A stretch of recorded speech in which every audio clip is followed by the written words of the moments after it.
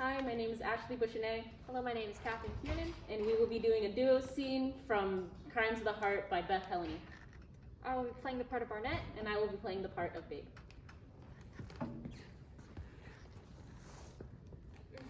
Yes, I see. Well, we can work on that. Of course, this is all mere conjecture, difficult, if not impossible to prove. Yes, indeed. Sure you don't want any oatmeal? What? Oh, no, thank you. Let's see, where were we? I just shot Zach. Right, you just pulled the trigger.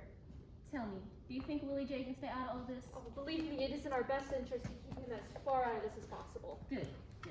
All right, so you've just shot one Zachary Bottrielli as a result of his continual physical and mental abuse. What happens now? Well, after I shot him, I put the gun down on the piano bench, and I went up to the kitchen to make up a pitcher of lemonade. Lemonade?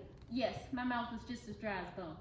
So in order to quench this raging thirst that was choking you dry and preventing any possibility of you uttering intelligible sounds or phrases, you went out into the kitchen and made up a pitcher of lemonade? Right. I made it just the way I like it, with lots of lemons and lots of sugars, about 10 lemons in all. And then I put in 2 trays of ice, and I mixed it all up with my big old wooden stirring spoon. Then what? And then I drank 3 glasses, one right after the other. They were large glasses, about this tall. And after I drank them, my stomach kind of got all swole up. I guess it was because of all that sour lemon. Could be. And then I called out to Zachary. I was like, Zachary, I made some lemonade. Could you use a glass? Did he answer? Did you hear an answer? No, he didn't answer. So what'd you do? I poured him one anyway, and I took it out to him. You took it out to the living room? Yes, and there he was, lying on the rug. He was looking up at me trying to speak words, and I was like, what, lemonade? You don't want any? Could you use a Coke instead? And then I got the idea that he was trying to get me to call for medical help. So I got on the phone and I called the hospital. I gave him my name and my address, and I told him that my husband had been shot and that he's lying on the rug and there was plenty of blood, and I guess that's gonna look kind of bad. What? Me making up lemonade before I called for medical help? Well, not necessarily. You know, I think the real reason why I made up that lemonade, besides the fact that my mouth was just as dry as bone, was that I was afraid. I was really afraid that the authorities would see that I tried to shoot Zachary, in fact, that I had shot Zachary, and they would send me off to prison on the path to counted murder. Well, that's understandable. Sure, because that's what happened. I mean, that's what is happening, because right here, here I am, just about ready to go right off to Partridge Prison Farms. I mean, here I am, just on the brink of utter doom. No, I look. feel all so alone.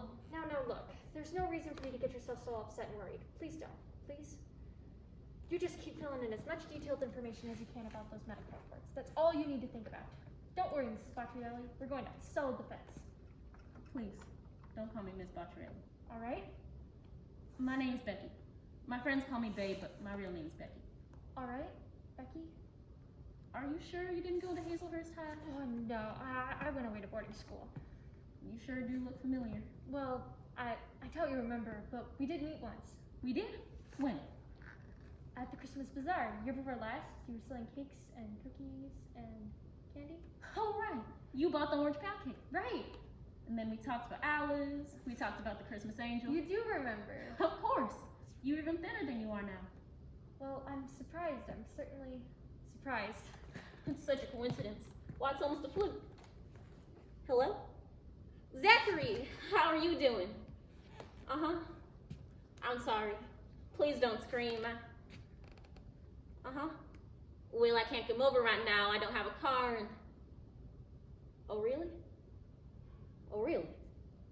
Well, I got me a lawyer here that's gonna help me build a strong defense and... Oh. I'll see.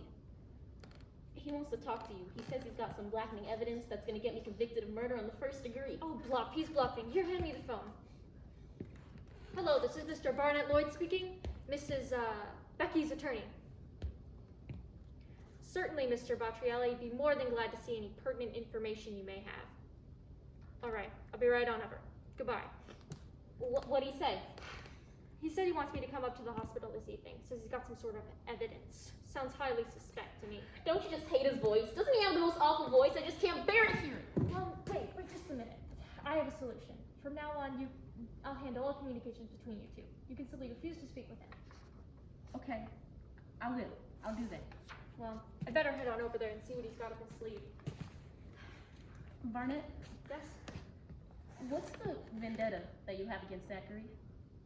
It's complicated. It's a very complicated matter. I see. The major thing he did was ruin my father's life. He took away his job, his home, his health, his respectability.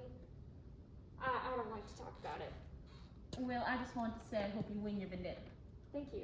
I find it very important for someone to win a lifelong vendetta. Yes, well, I'd better be going.